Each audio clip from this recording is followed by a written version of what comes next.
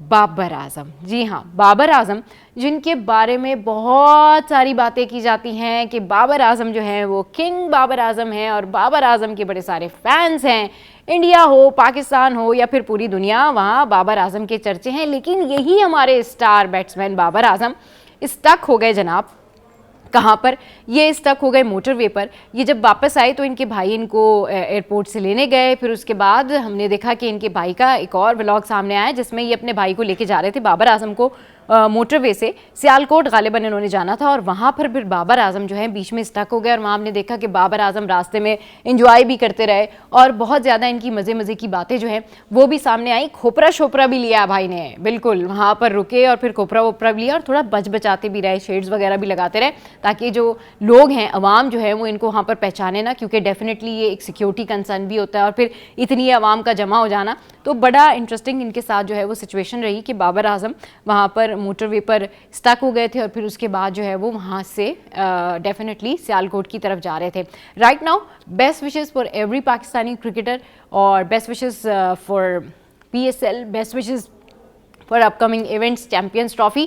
تو جناب اب ہم کچھ بات کر لیتے ہیں اس حوالے سے کہ ہماری جو ٹرینوں کے شیڈیول ہیں, ہماری جو ٹرینوں کی آمد و رفت ہے, اس حوالے سے اگر میں بات کروں تو ایک ٹرین ہے جس کے بارے میں ہم ذکر بھی کریں گے, اور اس کو روک لیا گیا کیونکہ اس کی کلیئرنس نہیں ملی تھی, اور اس کی ڈیٹیل جو ہے وہ ڈیفینیٹلی ہم شیئر کریں گے آپ لوگوں کے ساتھ جب ہمارے رپورٹرز ہمیں جوائن کریں گے. رائٹ ناؤ ابھی کچھ بات کر لیتے ہیں آپ کے, میرے, ہم سب کے انٹرسٹ کی, اور یہ کیا ہے؟ یہ ہے جناب سیلز.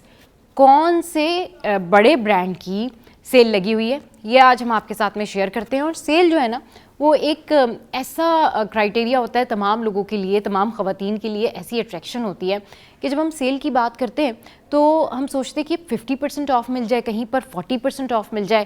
لیکن اگر 50% آف ہے یا 70% آف ہے تو اس میں کبھی سائزز اویلیبل نہیں ہوتے. تو جناب ابھی آپ جا کے چیک آؤٹ کر سکتے ہیں, کیونکہ جب سیل لگتی ہے نا تو سب جگہوں پر بہت زیادہ رش ہوتا ہے, چاہے یہ ثنا صفیناز ہو, جنریشن ہو یا پھر جنید.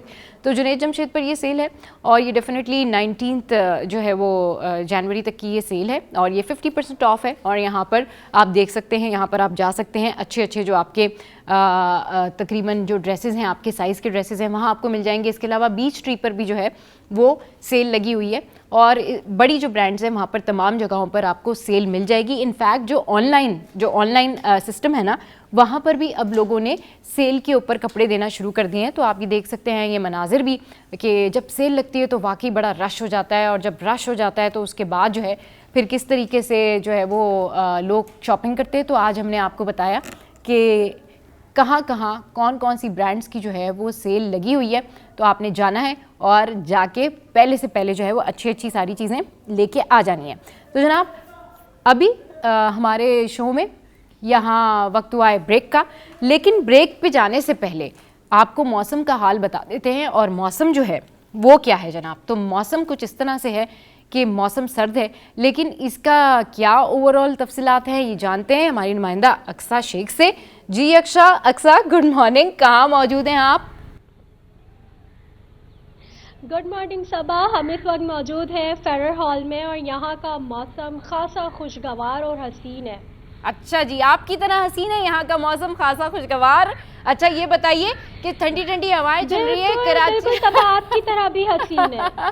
بالکل ٹھنڈی ٹھنڈی ہوائیں چل رہی ہے جی, موسم سرد ہو گیا ہے, اور شہر قائد میں جو شہری ہیں وہ کانپ اٹھے ہیں. صحیح بات ہے یہ اقصیٰ, بہت زیادہ ٹھنڈ بڑھ گئی ہے. بالکل ایسا ہی ہے, جو سردی کی شدت ہے اس میں اضافہ ہو گیا ہے. ٹھنڈی ہواؤں کے ڈیرے ہیں. صبح کے اوقات میں پارہ 10 ڈگری تک ریکارڈ کیا گیا تھا. اس وقت شہر کا موجودہ درجہ حرارت 17 ڈگری سینٹی گریڈ ہے, اور محکمہ موسمیات کی جانب سے یہ بتایا گیا ہے کہ آئندہ 24 گھنٹوں کے دوران خشک موسم کے ساتھ خنکراتے بھی محسوس کی جائیں گی. لوگوں کی بڑی تعداد فیڈرل ہال میں موجود ہے جو کہ اپنی سردی کی شدت کو کم کرنے کے لیے یہاں پر آئے ہوئے ہیں. دھوپ میں بیٹھے ہوئے ہیں, کچھ لوگ ایکسرسائز کر رہے ہیں, کچھ لوگ چہل قدمی کر رہے ہیں. فیملی ہمارے ساتھ موجود ہے, ہم ان سے بات کرتے ہیں کہ کراچی میں تو سردی ویسے بھی آتی نہیں ہے, اب سردی آئی ہے تو آپ لوگوں کو کیسا لگ رہا ہے؟ اچھا لگ رہا ہے. اچھا لگ رہا ہے. تو آپ یہاں پر آئی ہوئی ہیں پارک میں سردی کی شدت کو کم کرنے کے لیے؟ کام کرنے کے لیے. کم کرنے کے لیے ان کے بیٹے بھی ان کے ساتھ موجود ہیں. آپ ہمیں بتائیے گا کہ شہر قائد میں تو ویسے بھی سردی آتی نہیں ہے لیکن اب سردی آ چکی ہے تو آپ لوگ یہاں پہ انجوائے آئے ہوئے؟ جی ہاں، یہاں پہ انجوائے کرنے کے لیے آئے ہوئے سردی. تو ناشتے واشتے کا اہتمام کیا ہے؟ ناشتہ کر کے ہی آئے اب کھانے کا نہیں کر آئے. جی. بالکل یہاں پر لوگ موجود ہیں جو کہ ناشتے کا اہتمام کر کے آئے ہیں، اپنی سردی کو ٹھنڈ کو یہاں پہ انجوائے کرنے کے لیے آئے ہیں. شہر قائد میں ٹھنڈ تو ویسے بھی بہت کم آتی ہے لیکن اب آ گئی ہے تو شہری کہہ رہے ہیں کہ ہم اسے خوب انجوائے کریں گے. ٹھیک ہے جی، شہری کہہ رہے ہیں کہ ہم اسے خوب انجوائے کریں گے. اقصیٰ ہمیں اپڈیٹ کری تھی. اقصیٰ آپ کا بہت شکریہ. اور ہمارے جو شہر قائد کے جو لوگ ہیں نا، جو شہری ہیں بھائی، وہ ایسے ہی ہیں. دیکھیں اگر ہمیں انجوائے کرنے بھی جانا ہے نا تو ہم کہ جی ٹھیک ہے، ہم بڑی ٹھنڈ میں سکھڑتے ہوئے آئیں مگر پھر بھی ہم آئیں، ہم انجوائے کرنے کے لیے آئیں. چلے جی، موسم کے حوالے سے ہمیں اقصیٰ نے اپڈیٹ کیا. یہاں وقت ایک بریک کا. بریک کے بعد جب واپس آئیں گے تو پھر ہمارے رپورٹرز ہمیں جوائن کریں گے اور ان سے مزید ٹاپ سٹوریز کے اوپر ہم ڈسکشن کریں گے. اسٹے ود اس.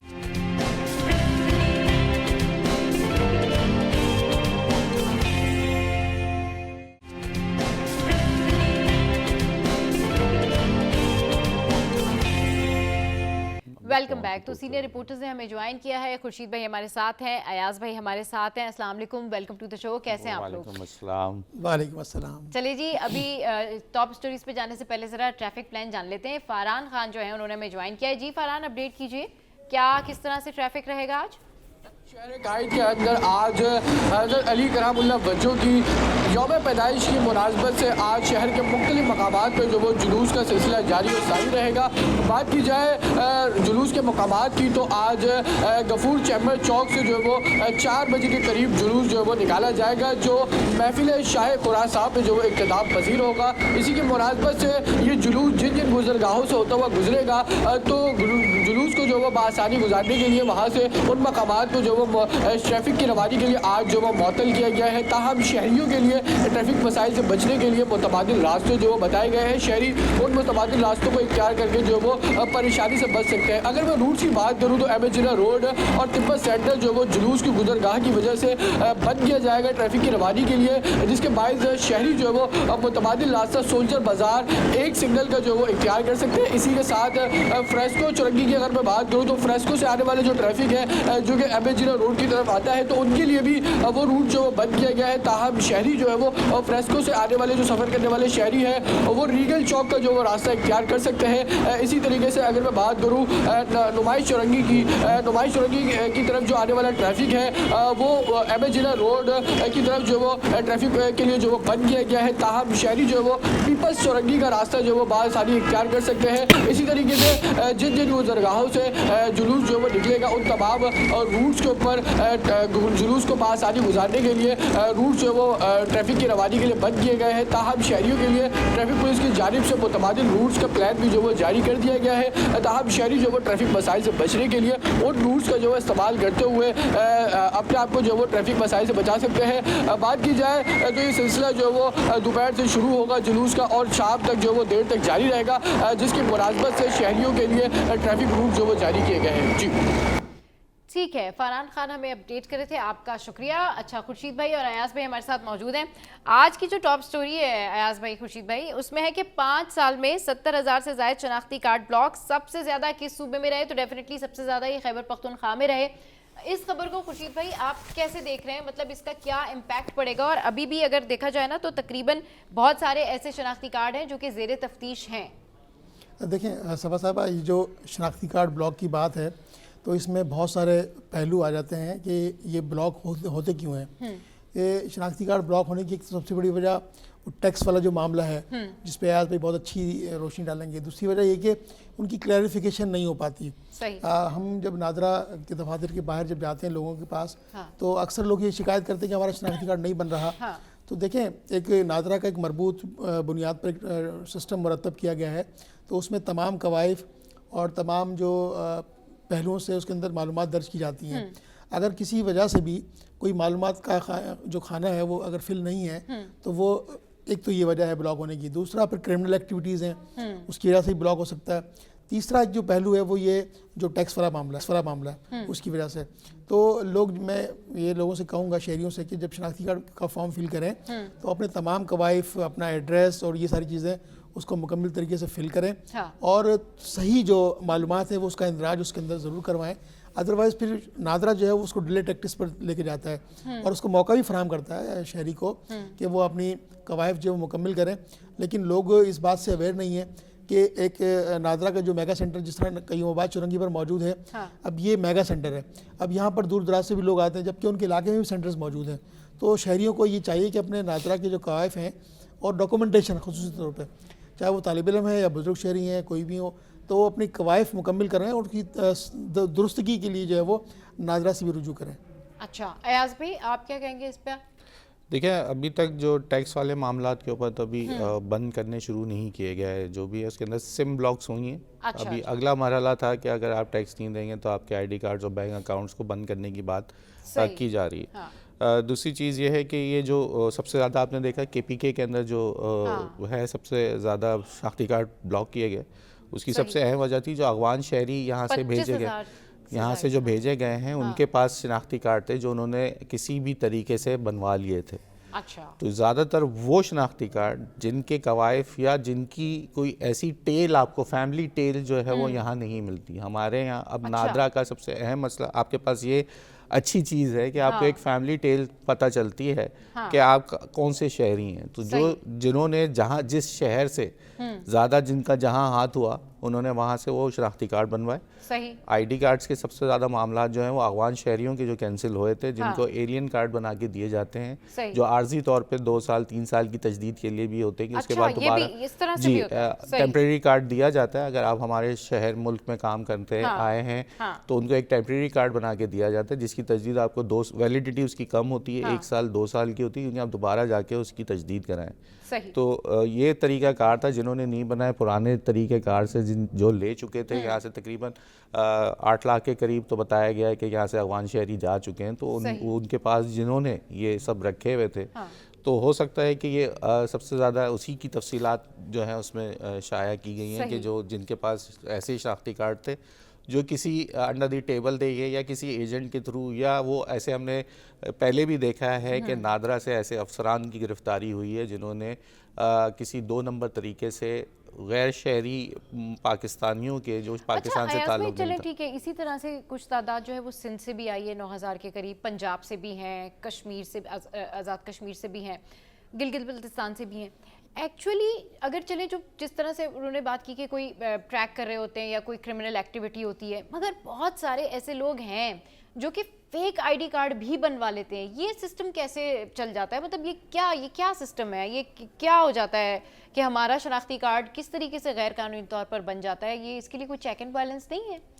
دیکھیں بلیک شیپس جس کو آپ کہتے ہیں نا, وہ تو ہر کالی بھیڑیں ہر جگہ موجود ہیں. تو اس میں جو حضرات اب ممکن نہیں رہا, کیونکہ جب سے ہم نے یہ دیکھا کہ یہ چیزیں سامنے آئیں اور نشاندہی ہوئی تو اس کے بعد سے سختی بہت زیادہ ہو گئی ہے. اب جب وزیر داخلہ جو ہے وہ اس کے اوپر کافی کین ہے اور چیزوں کو دیکھ رہے ہیں, تو یہ وزارت داخلہ کے انڈر ہی آتا ہے نادرا, تو یقیناً پاسپورٹ ہو یا یہ وہ تمام چیزیں ہوں. جب میں نے یہ بات بہت پہلے بھی ایک دفعہ کی تھی کہ آپ لوگ سمجھتے ہیں کہ ایک چھوٹی چھوٹی چیز کے اوپر آپ کو چکر پہ چکر لگوا رہے ہیں, یا ایک آئی ڈی کارڈ آپ سے مانگا جا رہا ہے, یا آپ سے آپ کے دادا یا آپ کے پیرنٹ کی کوئی چیز شناختی کارڈ کی کاپی مانگی جا رہی ہے, اس کے پیچھے پرپز ہی یہی ہوتا ہے کہ وہ آپ کی فیملی ٹیل دیکھنا چاہتے ہیں, یا اس کا ایک طریقہ کار ہے لوگوں کو کوآپریٹ کرنا چاہیے, اس چیزوں کو سمجھنا چاہیے کہ وہ آپ کو دھکے نہیں لگوا رہے. آپ کے پاس یہ ریکارڈ ہونا چاہیے, اور جو یہاں کے شہری ہیں جو پیدائش رکھتے ہیں, کچھ نہ کچھ ایسا ڈاکیومنٹ آپ کے پاس ضرور ہوتا ہے جس سے آپ اپنی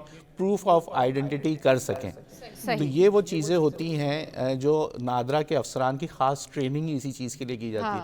اب اس کے اندر جو کرپٹ افسران آ جاتے ہیں جو کہ ان چیزوں کے اندر, ان کے لیے میں کہتا ہوں کہ جو آپ کی شناختی کارڈ اور آپ کو جو پاسپورٹ بنا کے دے رہے ہیں ان کے لیے ایسی سخت سزائیں ہونی چاہیے کہ وہ عبرت کا نشان بنے, اور دوسرے کسی کے اندر یہ ہمت نہ ہو ایک دفعہ جب ان کو وہ سزا ہو جائے تو ان کی سزا و جزا کا جو آگا قانون سخت سے سخت ہو. اور ایجنٹ مافیا جو اس کے اندر ایجنٹ مافیا کا جو کردار ہے نا وہ سب سے اہم ہے. وہ فرنٹ مین کا کردار ادا کرتے ہیں. وہ اپنی سیٹنگز ہوتی ہیں ان کی, خاص کر پاسپورٹ آفس کے اندر.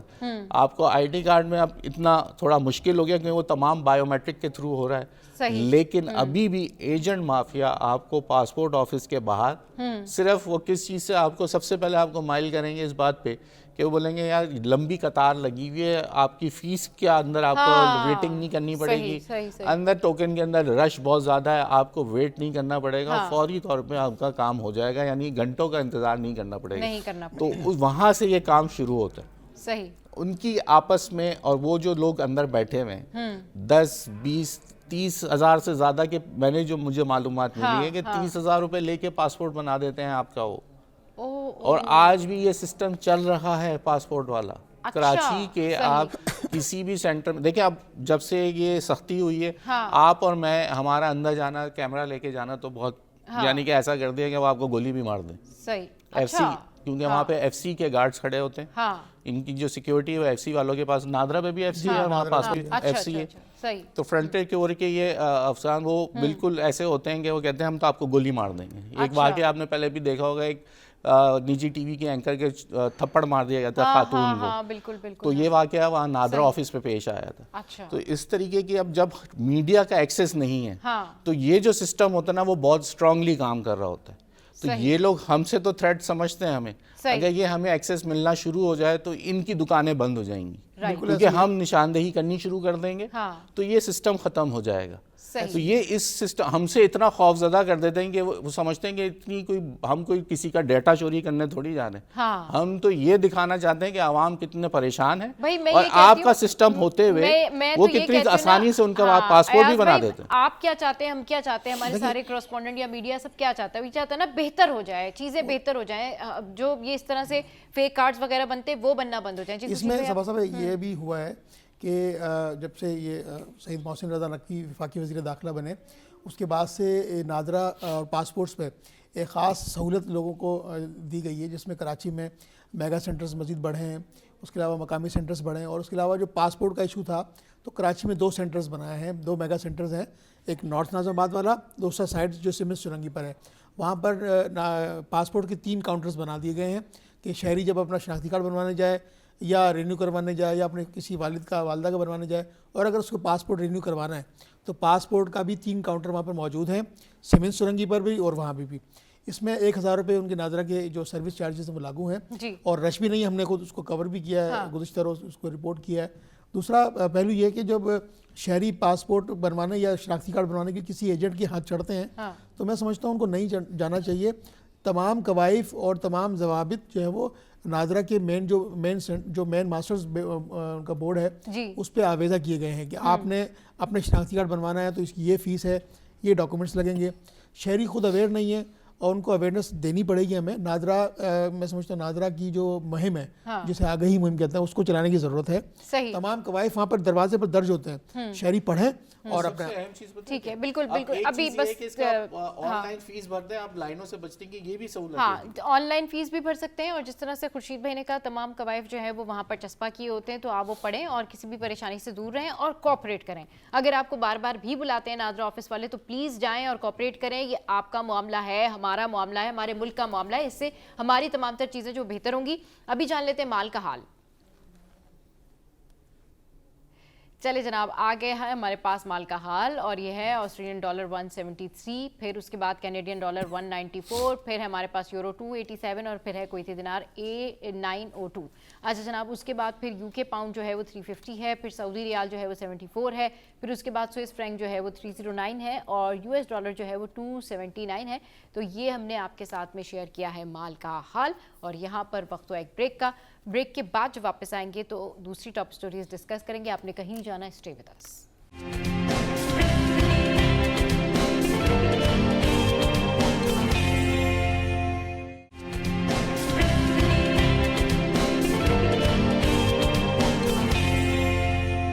Welcome back. تو ایاز بھائی اور خورشید بھائی ہمارے ساتھ اس وقت موجود ہیں.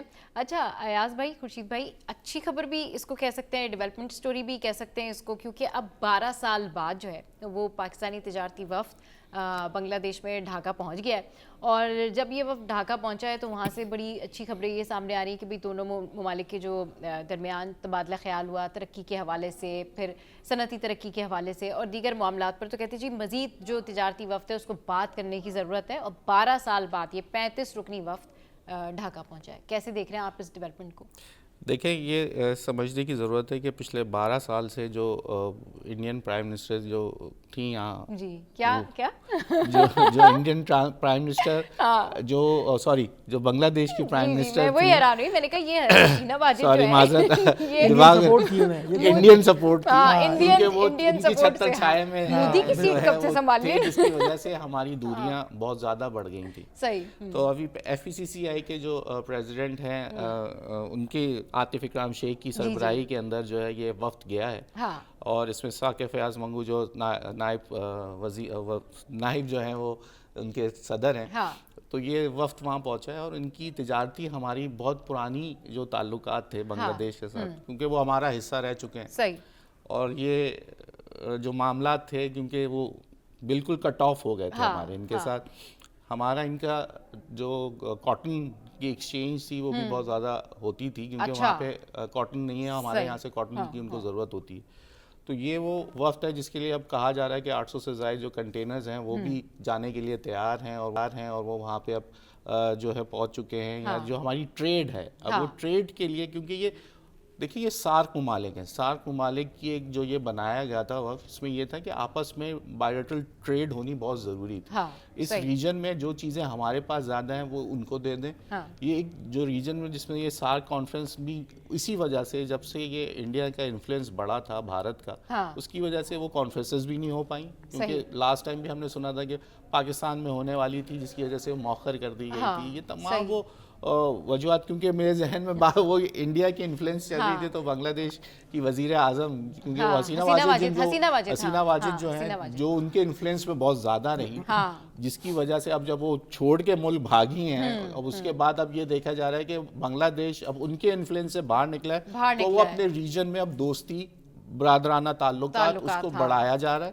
اس کے اندر سب سے سر فہرست 35 رکنی وقت جو ہے یہ فیڈریشن ہاؤس کا گیا ہے, جس کے اندر تمام سیکٹرز کے لوگ شامل ہیں. تو اب اس سے لگتا یہ ہے کہ اب پڑوسی ممالک جو ہیں وہ آپس میں اپنی ٹریڈ بڑھائیں گے, تاکہ اس ریجن میں ہم دیکھیں یہ ریجن بہت امپورٹنٹ ہے دنیا میں, اس کے لیے بہت زیادہ جو ہے نا امپورٹنس ہے. اب کسی کے پاس کوئی چیز وافر مقدار میں ہوتی ہے اور کوئی اور چیز خود پیدا کرتا ہے, ہمیں ان کی چیزوں کی ضرورت ہے. تو یہ بارٹر جس کو کہتے ہیں نا, یہ بھی کہ اگر آپ کے پاس ڈالر کی شارٹیج ہے اور آپ ڈالر میں نہیں کرنا چاہتے تو آپ بارٹر بھی کرتے ہیں کہ آپ ہم سے یہ چیز لے لیں, ہم ان سے وہ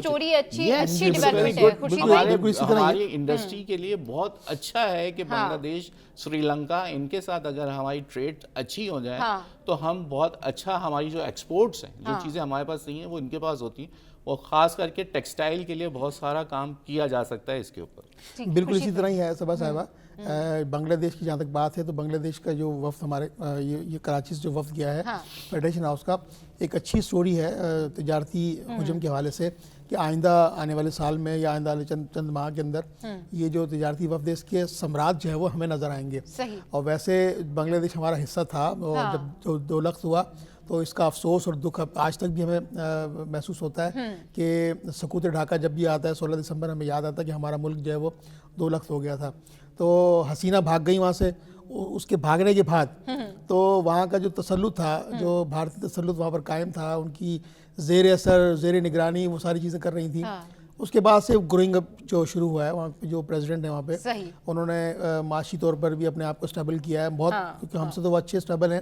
اب چونکہ یہ بارٹر ٹریڈ کی جس طرح ایاز صاحب نے بات کی, اور اس طرح ہونا بہت ضروری ہے تاکہ ہمارے ملک میں جو چیز ہم ان کو دے دیں, ان کے ملک میں جو وافر مقدار میں چیز ہے وہ ہمیں دے دیں.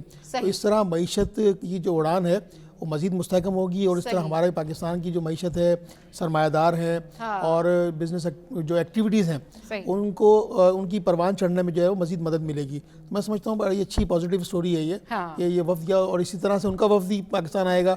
تو یہ جو لین دین کا معاملہ ہے, پھر میرا باہمی ملاقات, باہمی تعلق, جو خود انحصاری کا ہم جو پروان چڑھے گی, تو میں سمجھتا ہوں یہ معیشت کے لیے بہت اچھی خبر ہے. صحیح کہنا ہے کہ معیشت کے لیے بہت اچھی خبر ہے. اچھا ایک اور اسٹوری جو ہے وہ میں شیئر کروں گی اور ڈیفینیٹلی میں چاہوں گی کہ خورشید بھائی اور ایاز اس کے اوپر بات کریں. تو جناب یہ اسٹوری ہے ایک بچے کی. ہم بھی لیٹ ہو جاتے ہیں اور بہت سارے لوگ ایسے ہیں جو لیٹ ہو جاتے ہیں, لیکن کیا کبھی آپ نے سنا ہے کہ بس 1 منٹ لیٹ آنے پر کسی بچے کو اس کے والد کو تشدد کا نشانہ بنایا گیا ہو نجی اسکول کی جانب سے؟ کل یہ خبر بریک ہوئی C21 پر اور آج ہم نے سوچا کہ ہمارے سینئر رپورٹر سے جو ہے اس ٹاپ سٹوری کے بارے میں بات کریں. ایاز بھائی مطلب یہ ہمارے اسکولز کا رویہ یہ کیا ٹیچر نے پوچھنا مناسب نہیں سمجھا ہوگا کہ بھائی 1 منٹ آپ کیوں لیٹ آ گئے یا کیا وجہ ہوئی؟ ٹھیک ہے SOP پہ ضرور عمل کریں اسکول کی, لیکن اس حوالے سے آپ کے پاس کوئی انسائیڈ سٹوری ہے تو پلیز ہمارے ساتھ میں شیئر کریں. دیکھیں سٹوری یہ تھی کہ بچہ لیٹ پہنچا تو وہاں پہ ایک ٹیچر موجود تھے گیٹ پہ جو 1 منٹ کی تاخیر بتائی جا رہی ہے. اب دیکھیں ون سائڈ سٹوری بھی ہو سکتی ہے. اب ٹیچر سے بات کریں تو یہ کتنی دیر کی بات تھی, کیا تھی. اب اس کے اوپر پیرنٹ نے کوئی تلخ کلامی ہوئی. اچھا وہ تلخ کلامی اتنی بڑھ گئی کہ وہ ہاتھا پائی پہ پہنچ گئی. ٹھیک ہوا سٹوری یہ تھی. اب یہ تھی اب یقیناً جب انہوں نے ان کو بچے کو روکا ہوگا. اب بات سمجھنے کی یہ ہے, ایک تو موسم سرد ہے, صحیح, بچے اٹھنے میں تھوڑی تاخیر کرتے ہیں, گیس کے ایشو ہیں, صبح ناشتہ بنانے میں خواتین کو بچوں کو ناشتہ کرنے میں مشکلات کا سامنا ہے, ٹریفک کے مسائل, صبح بھی 8 بجے جو اسکول ایریاز ہیں وہاں ٹریفک کے ایشوز ہیں.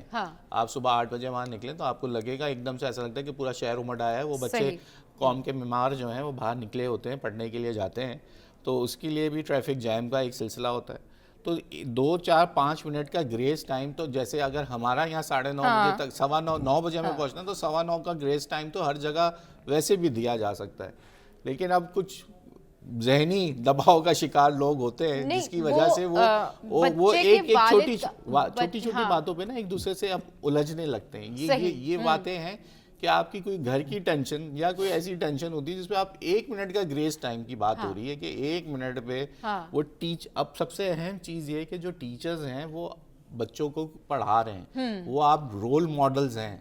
آپ اسکول کے گیٹ پہ کھڑے ہو کے کسی بچے والدین سے لڑنا اور ہاتھا پائی تک بات پہنچے, گالی گلوچ تک بات پہنچے, تو وہ امپیکٹ ان اسٹوڈنٹس پہ کیا جاتا ہے. میں تو یہ بات پہ حیران ہوں کہ یہ کون سے ایسے اسکولز بنا دیے گئے ہیں جو 120 گز کے اندر بھی اسکول چل رہے ہیں, ان کو اسکول کی پرمیشن ملتی کیسے ہے.